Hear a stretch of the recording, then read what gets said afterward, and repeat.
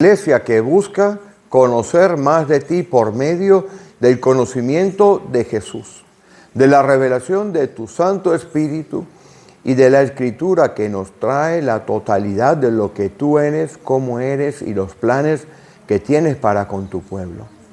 Pedimos que hoy, Señor, las meditaciones de nuestros corazones y los dichos de nuestras bocas sean agradables a ti. En el nombre de Jesús, amén. Pueden sentarse los hermanos. Juan capítulo 6, versículo 38. Si tuviéramos que hacer una biografía, una autobiografía de cualquiera de nosotros y le dijéramos al Señor Jesús, oiga, Señor Jesús, díganos en pocas palabras, como acostumbran a decir de vez en cuando por ahí, danos un titular. ¿Han escuchado? Dame un titular. Dame un titular, Señor Jesús, de tus objetivos en la vida y de tu autobiografía. Con toda seguridad, Él nos diría, Juan capítulo 6, versículo 38. ¿Quién lo puede leer? Con voz alta, audible, sonora. Porque he descendido del cielo, no para hacer mi voluntad, sino la voluntad del que me envió. Más claro el agua. He venido del cielo, es decir, he descendido, me han enviado aquí, no para hacer lo que yo quiero, sino para hacer aquello que me dijeron que yo tenía que hacer. Yo recuerdo de pequeño, me mandaban a comprar pan y yo volvía con chicle. Me bebía la mitad en refrescos y la otra mitad en una cosa que llamaban coquitos, que era un dulce pequeñito de coco y panela. La correa que me daban. Yo no hacía la voluntad de que me había enviado, la voluntad de mi papá o de mi mamá, ¿cuál era? Me iba a comprar pan. O si me traía el pan, compraba el pan que yo quería, que era un pan dulce, y me lo iba comiendo por dentro. Cuando llegaba a casa quedaba solamente el hueco. Y usted sabe que eso hacemos nosotros en las iglesias. Queremos hacer nuestra voluntad, no la voluntad del jefe que está allá arriba, que es el Señor Jesús. Y esto, a lo largo del tiempo, uno se va dando cuenta que esto es así. Porque vemos personas que van saltando en iglesias, en ministerios, y pareciera que nunca logran dar con el cometido de lo que es. Yo le digo a mi esposa que lo único que yo quiero hacer, yo tengo que hacer muchas cosas, pero en confidencia le digo a ella, yo lo que quiero hacer es escribir, así como ella quiere escribir. Yo quiero escribir. Yo disfruto escribiendo. Ponerme detrás de esto para mí es un suplicio, un honor, un privilegio, una alegría, una responsabilidad, pero un suplicio. Porque de homilética soy malísimo. Los chistes ya se lo saben todos ustedes. Ya tengo que contarlos, tengo que ver cuál chiste he contado o no. Porque yo sé que yo he sido llamado a enseñar, pero enseñar por medio de escribir. Y durante muchísimo tiempo trataba de hacer diferentes cosas y me daba cuenta que había algo que no era lo que yo quería hacer. Pero muchas veces lo hacemos porque la voluntad del que nos envía es hacer algo. Y usted lo hace porque está haciendo la voluntad del que nos envió. Pero ¿qué acontece cuando queremos hacer nuestra propia voluntad? Que terminamos frustrados. Y terminamos nosotros secándonos. Yo quiero hablar acerca de esto. Porque esta congregación, como hemos hablado ya en otra oportunidad, tiene que asumir un reto de proporciones mayúsculas. Y para asumir este reto de proporciones mayúsculas, tenemos que saber exactamente dónde estamos desde el punto de vista espiritual. Y si se me permite, y si permite el tiempo, voy a explicar con un ejemplo del Antiguo Testamento, cuáles son las fases por las cuales nosotros pasamos a lo largo de nuestra vida como cristianos. El Señor Jesús lo tenía muy claro. Yo he venido a hacer la voluntad del que me envió. Pero muchas veces nosotros no hacemos eso y nos frustramos y terminamos viniendo a las congregaciones y no dando la totalidad de lo que podemos dar. Así que yo les pido, mis hermanos, por favor, que me acompañen al libro de Ezequiel. En el capítulo 37. Voy a hacer, si se me permite, una exégesis de este libro Abuelo de Pájaro. Tengo que decirle que la profecía que está contenida en este libro se cumplió el día 17 de mayo del año 1948, en este capítulo específicamente, cuando el pueblo de Israel vuelve a aquella tierra prometida. Se constituye como la nación de Israel, pero aquí hay mucho contenido profético para nosotros, porque estoy seguro que muchísimas veces usted viene a una congregación y al principio, sí, Señor, te voy a servir, voy a hacer esto, voy a hacer lo otro, pero a lo largo del tiempo van pasando los días, va cayendo usted en una rutina y usted se siente que se está secando. Y aquí tenemos una inmensa solución. Vamos a leerlos, por favor, vayan conmigo al capítulo 37, el versículo 1. ¿Lo tienen? Amén.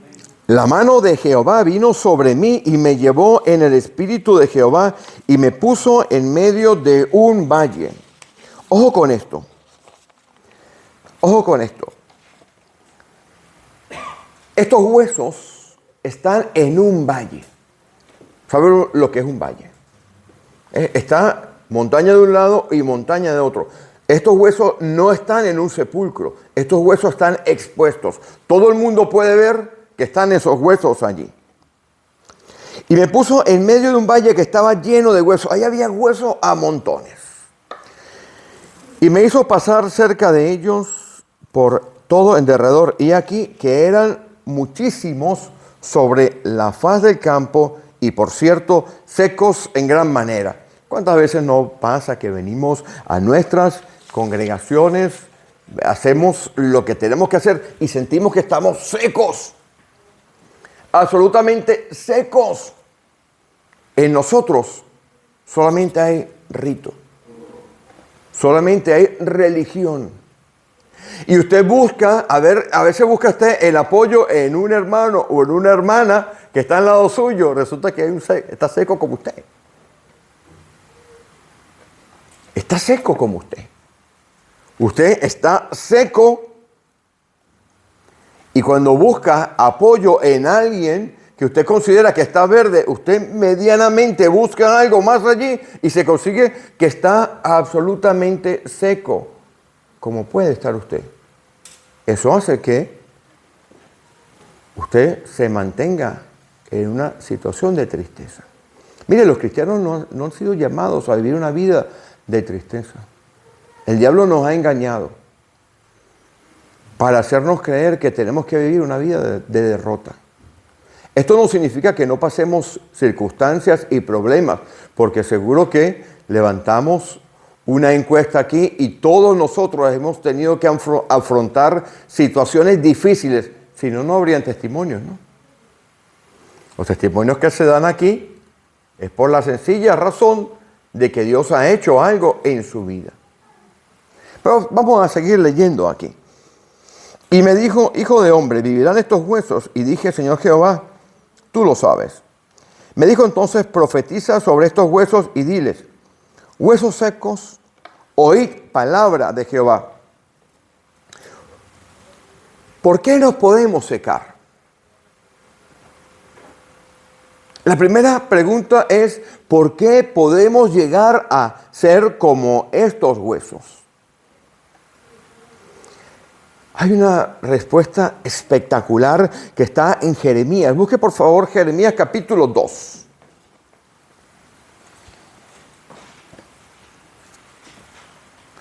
Y busque alguien el versículo 13. Estos huesos han perdido toda esperanza. Estos huesos están en un valle, están secos, blancos, calcinados. Estos huesos están allí y empieza a venir en el versículo 4 la palabra de Dios a su vida. Usted puede pasar 52 domingos viniendo a la iglesia. Venir a todos los estudios bíblicos. Venir a todas las reuniones de oración. Asistir a todas las escuelas dominicales. Y puede ser que usted esté absolutamente seca o seco. Jeremías capítulo 2, versículo 13. ¿Quién lo lee? Porque dos males ha hecho mi pueblo.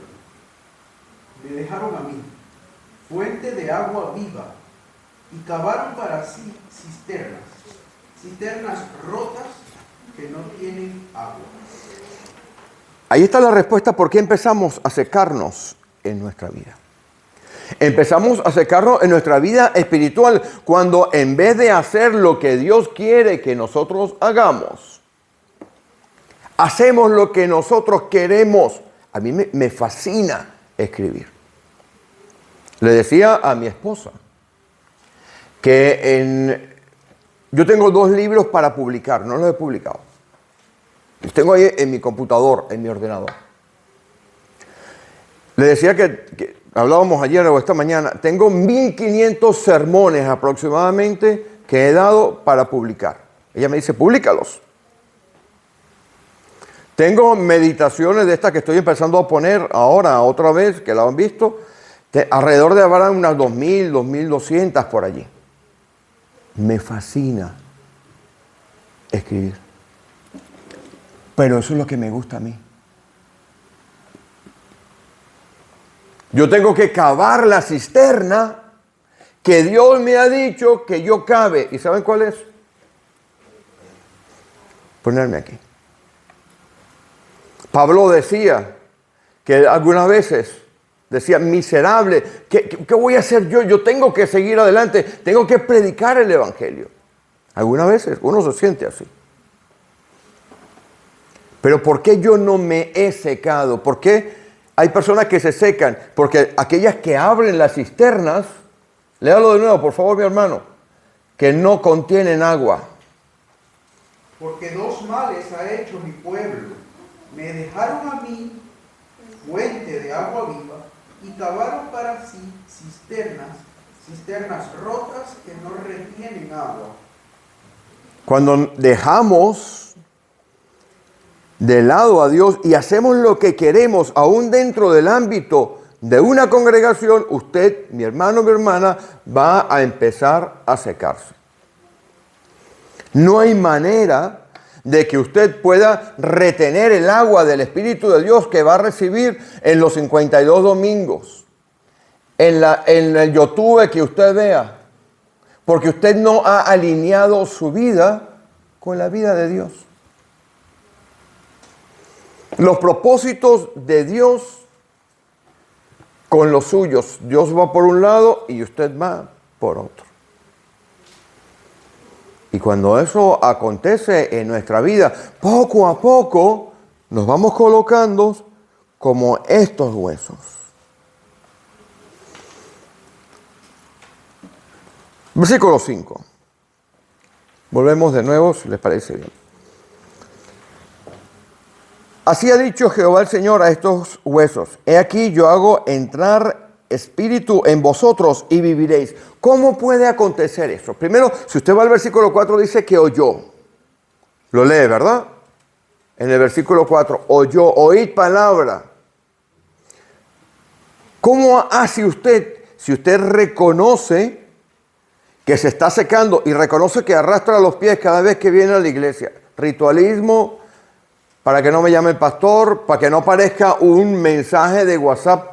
Ese mensaje terrible que envía el pastor que dice: mi hermano, mi hermana, ¿qué vida llevas? Bueno, hay grados, ¿no? El mensaje del pastor lleva grados. El primer mensaje es, mi hermano y hermana, ¿cómo está usted? Y lo dejo ahí. Lo dejo ahí a ver qué me responde. Y depende de la hora que me responda. Si me responde 2 horas o 3 horas o de inmediato, ya hay respuestas. Eso ya tiene su respuesta de cómo va. Pero va a terminar, si yo no lo veo durante un cierto tiempo, termina en ¿qué vida llevas? ¿Sabes lo que significa eso, no? Y aquí en la Ribera, ¿cómo van las cosas? ¿Qué está pasando, mi hermano? Vamos a tomar un café. Vamos a hablar.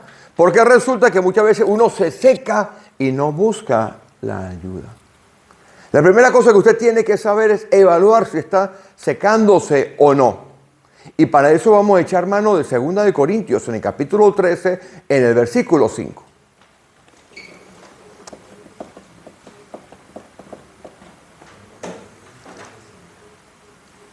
Tenemos que ser honestos, sinceros con nosotros mismos. 2 de Corintios 13, 5.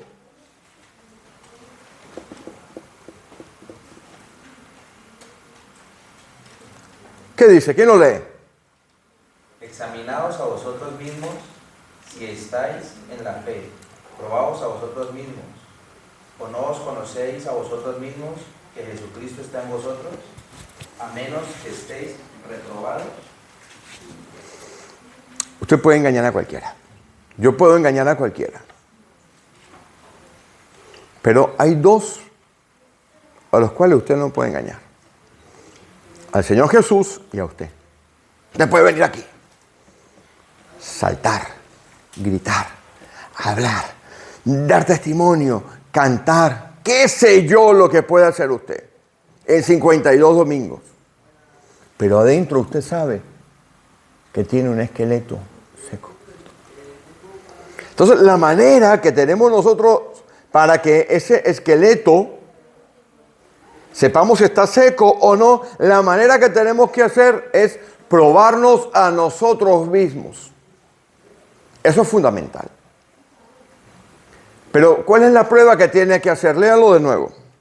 Examinaos a vosotros mismos, si estáis en la fe, probaos a vosotros mismos. ¿O no os conocéis a vosotros mismos que Jesucristo está en vosotros? A menos que estéis reprobados. No sé si ustedes saben, pero nuestros hijos durante un tiempo vivieron en Oxford, esa famosa ciudad que tiene una universidad, la más antigua de Europa. Y yo iba con bastante frecuencia junto con Patricia, cada vez que podíamos, cogíamos el avión de bajo costo, íbamos allí con nuestra mochilita y nos quedábamos con nuestros hijos. Y en esa ciudad, en el año 1735, había un predicador, que no voy a decir el nombre, porque esta anécdota no es una anécdota oficial de su biografía. Estos son esos biógrafos que lo conocieron y que van contando, pero él tiene su biografía oficial. Este hombre en el año 1735 se había graduado del mejor seminario que había allí en la ciudad de Oxford. Si usted trae un título de Oxford, eso es la repera. Y este hombre había aprendido el griego, el hebreo. Tenía un piquito de plata. Es decir, cuando hablaba, la gente se quedaba, como dicen en nuestros países, babeaba. ¿Cómo sabe este? Cada vez que salía por la calle de Oxford, llevaba sus Biblias, pero 2 cacharros de Biblia, así como las guías telefónicas que habían antes en nuestros países. ¿Recuerdan que eran guías telefónicas así? Iba muy mondo y lirondo. Tenía una gran iglesia, un gran púlpito de madera. Y un día iba andando por un puente en el cual yo le dije a mi esposa, tómame una foto aquí, porque este es el puente de la historia. Iba andando por un puente y ve en la parte de abajo del puente a una señora que se estaba ahogando. Este hombre se despojó de su sombrero clerical. de su traje clerical. ¿Sabe lo que es clerical? Porque en aquellas fechas los pastores andaban de punta en blanco. Se despojó, la mujer abajo chapoteando, se estaba ahogando porque los vestidos de lana tenían un problema, que cuando usted caía en el agua, la lana pesaba, porque no es hidrófuga, pesaba y lo arrastraba a usted para el frío. Y usted, nuestro hermano lo puede decir, cuando usted cae en el frío, usted lo primero que hace, en agua fría usted hace ¡oh! Y se ahoga. Adiós. Este hombre se despoja de toda su ropa clerical y se tira al río a sacar a esta señora. La saca y esta señora en agradecimiento le invita a ir a su casa. A los 2 o 3 días después de que la pesada agenda de este pastor se había aliviado, porque claro, en aquellas fechas que no había televisión ni nada, la vida se hacía en las congregaciones. El pastor era invitado a desayunar, el pastor era invitado a comer, todavía puede ser, cuidado. Podemos continuar con eso mismo. Y después invitado a cenar. A las 5 de la tarde, la hora del té, la charla social. Venga usted a decir una agenda pesadísima. La preparación de los sermones, el estudio con los caballeros. Y este hombre fue a visitar a aquella viuda. Llegó a aquella casa en la ciudad de Oxford. Y aquella viuda solamente tenía una mesa, una taza y un catre. ¿Sabe lo que es un catre? Sin colchón. Este hombre cargaba sus 2 inmensas Biblias. Las colocó encima de aquella única mesa. Aquella mujer solamente podía ofrecer una taza de un té que ya había sido utilizado muchas veces. Y el pastor, cumpliendo lo que los ritos nos dicen que tenemos que cumplir, le leyó Juan 3:16. Esta mujer nunca había escuchado de la Escritura. ¿Quién me lee Juan 3:16 o quién me lo recita?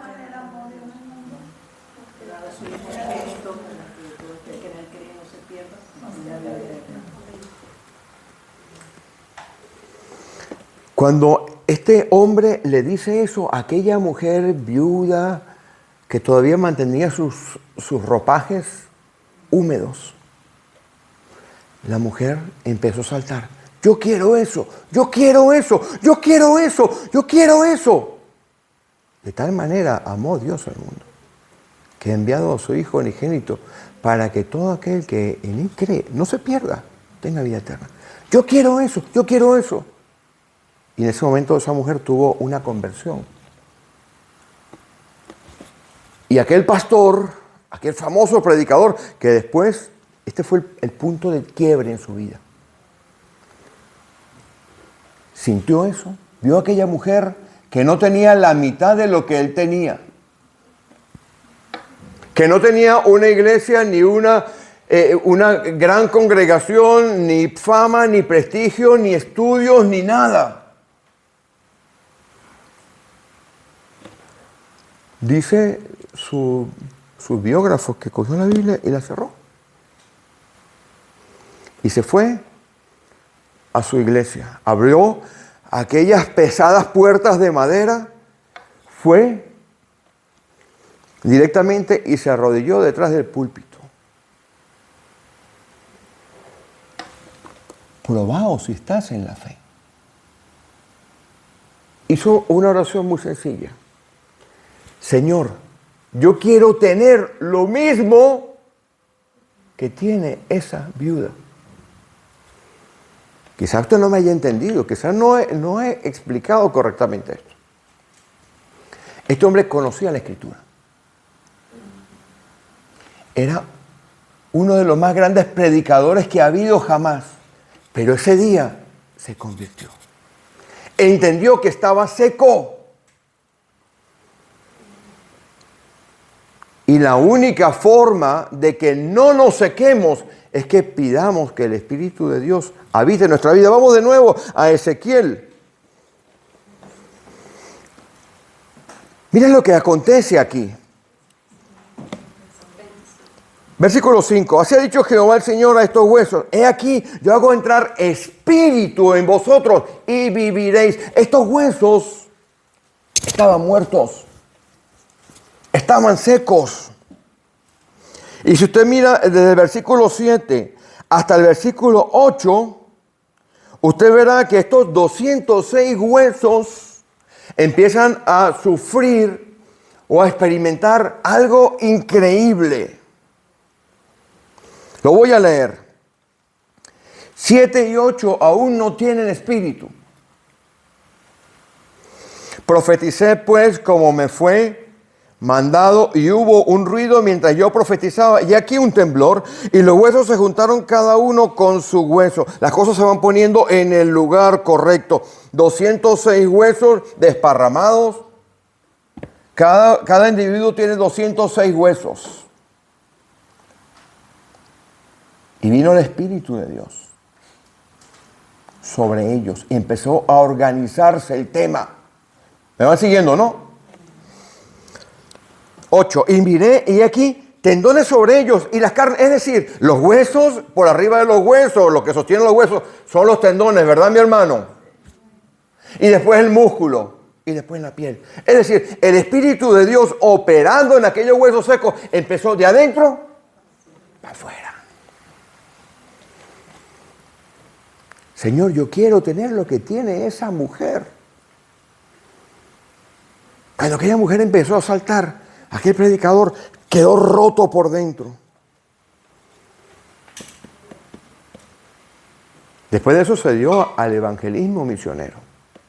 Fue a los Estados Unidos a predicar. Dios le dio propósito a su vida. Pero seguimos leyendo aquí. Versículo 9. Y me dijo, profetiza al Espíritu esta vez. Profetiza al Espíritu. Profetiza, hijo de hombre, y di al Espíritu, así ha dicho Jehová el Señor, Espíritu, ven de los cuatro vientos y sopla sobre estos muertos. Estaban muertos aún, pero Dios estaba trabajando ya. Así que si usted está seco o está seca hoy, cuando el Espíritu de Dios viene sobre usted, empieza a juntar todos sus huesitos donde tienen que estar. Sus manitas, sus piececitos, su cuellito y su espaldita. Empieza Dios a colocarlo y entonces empieza a trabajar desde adentro. Pone tendones. Hacia afuera pone músculo, carne y pone piel. Seguimos leyendo. Versículo 9. Ahí es donde empieza el proceso. Versículo 10. Y profeticé como me había mandado, y entró espíritu en ellos, y vivieron. Y ahora se ponen de pie. El Señor Jesús dijo, yo he venido a hacer lo que Dios me dijo que hiciera. No voy a ir ni a la derecha ni a la izquierda. Yo voy a hacer solamente lo que Dios me dijo que hiciera. Versículo 11. Esto es la repera. No sé si hay por encima de yo conozco la pera y la repera. Esto está por encima de la repera. Lea conmigo el versículo 11. Me dijo luego, hijo de hombre, todos estos huesos son la casa de Israel. Y aquí ellos dicen, empezaron a hablar. ¿Se da cuenta? Empezamos el relato con unos huesos secos allí, que quizás miraban por otro lado a ver si había uno menos seco. Y este está igual de seco que yo. Aquí no hay nada que buscar. Pero cuando viene el Espíritu de Dios, empieza, aún estando muerto, aún estando seco, empieza a poner las cosas en orden en su vida. ¿Usted quiere ser un cristiano, una cristiana exitosa? Primero que tenemos que hacer es reconocer si estamos secos. Y seguro que todos estamos secos. Seguro. O estamos, si no somos patos, vamos camino a la laguna. Es decir, Si no nos hemos secado, probablemente si no nos cuidamos, nos podamos secar. Seguimos con esto aquí. El versículo 11, estos huesos hablan. Me dijo luego, hijo de hombre, todos estos huesos son la casa de Israel. Y aquí ellos dicen, nuestros huesos se secaron y pereció nuestra esperanza. Estaba usted arrastrando los pies, no tenía esperanza. Voy a ir a la iglesia porque tengo que ir a la congregación. Y pereció nuestra esperanza y somos del todo destruidos. El versículo 13 con el que vamos a ir terminando esto es interesante porque estos huesos no estaban en un sepulcro, estaban en un valle. Pero usted ve la palabra sepulcro. Sepulcro es todo aquello que lo ata a usted. Sepulcro es todo aquella cisterna en la cual usted ha puesto la totalidad de sus intereses y no le dejan salir. Se seca. Usted le va echando agua, le va echando tiempo, le va echando recursos, pero se secan. ¿Se acuerdan que lo leímos en Jeremías 2:13? Vamos a leer el versículo 13 ahora de aquí. Y sabréis que yo soy Jehová cuando abra vuestros sepulcros y os saque de vuestras sepulturas. Pueblo mío, no estaba en un sepulcro, estaba en un valle. Pues mire, esto aconteció con los apóstoles y puede acontecer con nosotros. Usted ve el cambio radical en la vida de los apóstoles, de cobardes a valientes. De personas que habían sostenido durante, o eran parte de un rito religioso durante 1000 años, a dejar ese rito, el rito judío, de una manera casi inmediata. De no haber salido de ciertas áreas a después ir y predicar el evangelio. De no querer tocar a los gentiles y luego acercarse a los gentiles, como hizo Pedro, para predicar el evangelio. Mata y come, Pedro. Pues no, jamás he tocado esto. Entonces, si tenemos claro nosotros, si estamos secos, si usted se evalúa, 2 Corintios 13:5, ¿quién lo lee? Por favor, otra vez.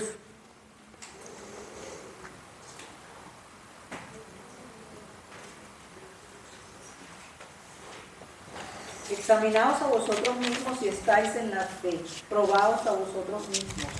¿O no os conocéis a vosotros mismos que Jesucristo está en vosotros? Lee hasta el 8. Que estéis reprobados. Mas espero que conoceréis que nosotros no estamos reprobados. Y oramos a Dios que ninguna cosa mala hagáis, no para que nosotros aparezcamos aprobados, sino para que vosotros hagáis lo bueno, aunque nosotros seamos como reprobados. Cuando usted evalúa su vida y lo que nos queda por delante,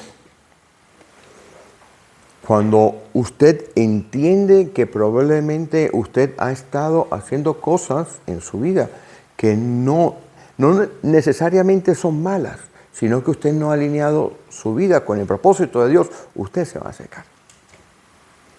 Y la manera que tenemos nosotros como congregación, como iglesia, para ir adelante en estas fechas, es hacer lo que dijo aquel famoso predicador. Después yo fuera de cámara les diré el nombre, porque no es biografía oficial. Pero cuando lo escuchen dirán, increíble. La mejor manera es pedir que el Espíritu de Dios sople en nuestra vida. Yo he estado en sequedad.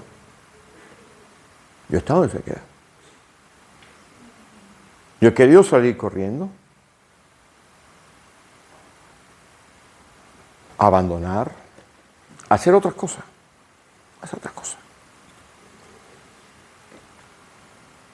Patricia decía hace un rato, un montón de años, un montón de dificultades. Eso va pasando mella, va pasando factura, va haciendo mella en nuestro ánimo. Pero cuando llega el momento en que dice, Señor, no quiero hacer lo que yo quiero hacer, yo quiero hacer lo que tú quieres, las cosas empiezan a tomar su curso legal. Aquellos apóstoles que recibieron el Espíritu de Dios en su vida, que usted lo tiene, Cuando usted recibe a Jesucristo como su Salvador, usted lo tiene. Y como lo tiene, usted no tiene que experimentar algo diferente a eso. Usted ya lo tiene.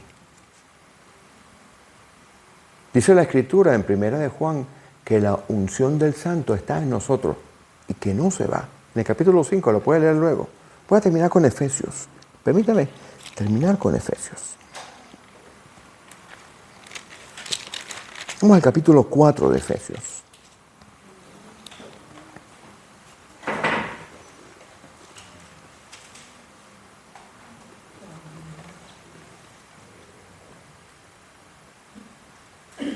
¿Lo tienen? Capítulo 4 de Efesios. Para que nosotros vayamos adelante tenemos que, primera cosa que tenemos que hacer es reconocer si estamos haciendo la voluntad de Dios o no. Segunda cosa que tenemos que hacer es evaluarnos a nosotros mismos si estamos en la fe o no. No necesariamente haciendo cosas malas. Y no tiene que compararse tampoco con el que predica. Usted tiene que ir y ver si su esqueleto se está secando. Pedir a Dios que venga el Espíritu de Dios en su vida y luego poner todo eso que Dios le ha dado a usted en acción. Voy a leer Efesios capítulo 4, ¿lo tienen? Dice así: yo pues, preso en el Señor, os ruego que andéis peripateo, significa todos los días, cada paso, cada manera de respirar, cada pensamiento, como es digno de la vocación con que fuisteis llamados.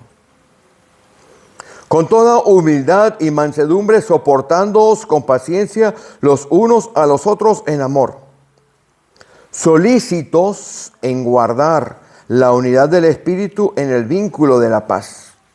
La unidad del Espíritu Santo es fundamental, pero tiene que estar cimentada en la paz. Como dice allá en la Nueva Traducción Viviente, que mi hermano la debe tener, la debe estar leyendo allí. Un cuerpo y un espíritu, como fuisteis también llamados a una misma esperanza de vuestra vocación. Un Señor, una fe, un bautismo. Un Dios y Padre de todos, el cual es sobre todos y por todos y en todos. Y aquí empieza lo que tiene usted que pedirle a Dios. ¿Qué quieres que haga en esta congregación? Pero a cada uno de nosotros fue dada la gracia conforme a la medida del don de Cristo.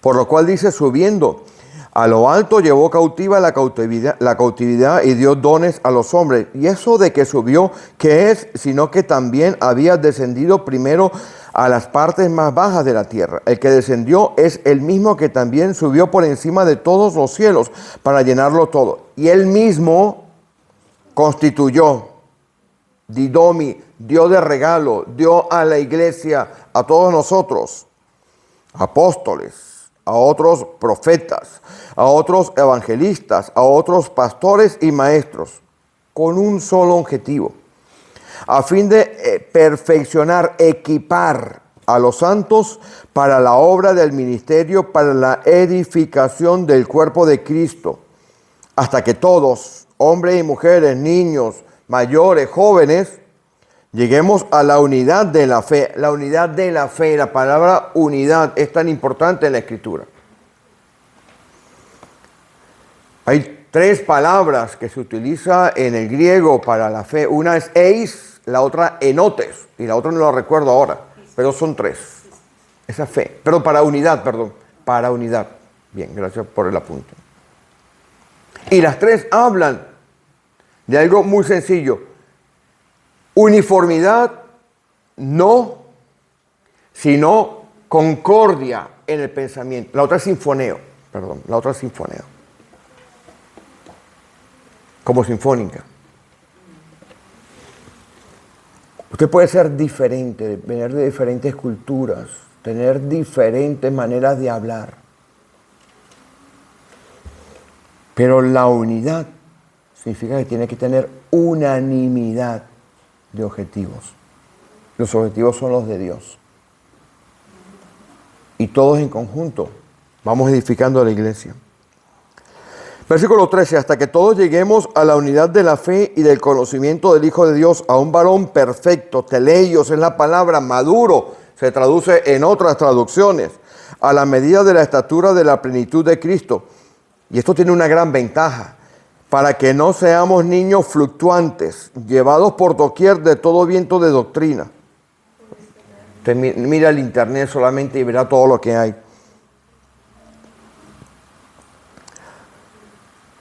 Por estratagema de hombres que para engañar emplean con astucia las artimañas del error, sino que siguiendo la verdad en amor crezcamos en todo en aquel que es la cabeza, esto es, en Cristo, de quien todo el cuerpo bien concertado y unido entre sí por todas las coyunturas, que se ayudan mutuamente según la actividad propia de cada miembro, recibe su crecimiento para ir edificando en amor.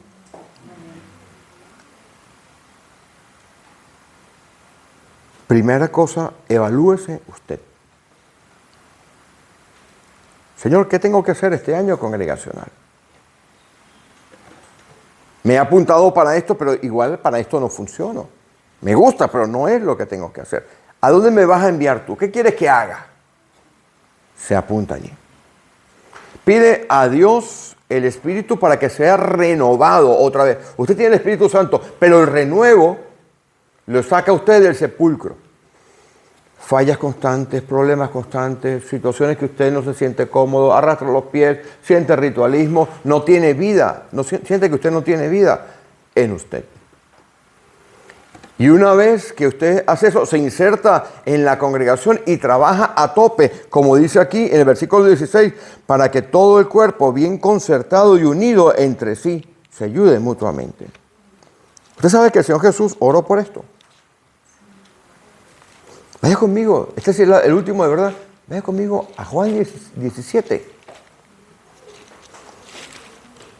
Mire, el Señor oró por todo esto. Él sabía mucho.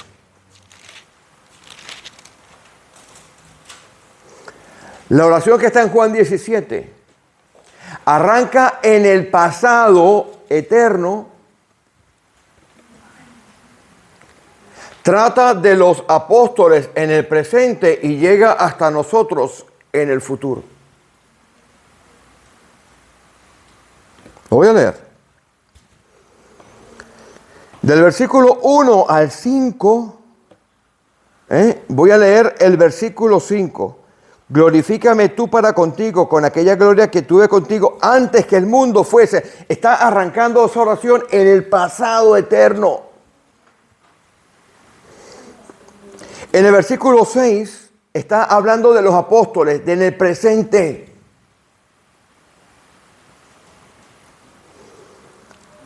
Pero el versículo 20 habla de nosotros, el futuro. Y el tema central de esta oración es la unidad. Versículo 20, mas no ruego solamente por estos, sino también por los que han de creer en mí por la palabra de ellos. Esta oración arranca en el pasado, va en el pasado eterno, va al presente por los apóstoles, la base sobre la cual se edifica una congregación como nosotros, que dice que la Escritura que estamos sobre los hombros de aquellos. La piedra fundamental es Jesucristo y después construimos el resto. Y habla ahora en el versículo 20 de nosotros. ¿Qué responsabilidad? El Señor lo sabía. Así que mis hermanos, ahora que terminemos la Santa Cena, tenemos que tener una reunión de bastante decisión. Y tiene que ser tomada en unidad. Tiene que ser tomada en que cada quien va a asumir la responsabilidad de lo que tiene que hacer. Y cada quien pedirá a Dios que el Espíritu Santo le guíe. Porque tenemos por delante un tema muy serio, que el Señor Jesús se lo dijo a su madre cuando lo descubrieron en el templo hablando con los maestros de la ley. ¿Se acuerda qué fue lo que dijo? En los asuntos de mi Padre me es necesario estar. Usted está en los asuntos de Dios. Vamos a orar, vamos a levantarnos.